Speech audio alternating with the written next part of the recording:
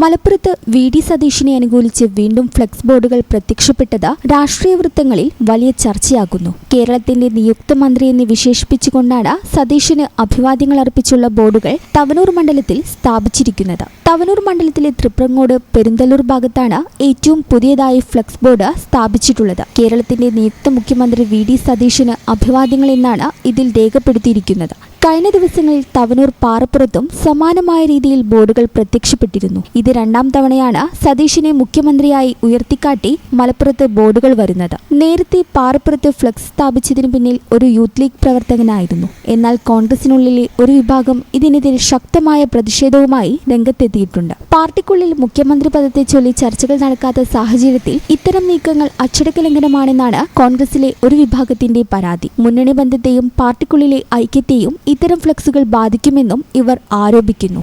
മലപ്പുറത്തെ ലീഗ് കേന്ദ്രങ്ങളിൽ സതീശന് ലഭിക്കുന്ന ഈ പിന്തുണ കോൺഗ്രസ് നേതൃത്വം എങ്ങനെ കാണുമെന്ന് വരും ദിവസങ്ങളിൽ കണ്ടറിയണം. ഈ ചാനൽ ന്യൂസ്, തവനൂർ. നടക്കാവിൽ hospital building, Valanchery, Malappuram. Phone number 0494208410 7034071111.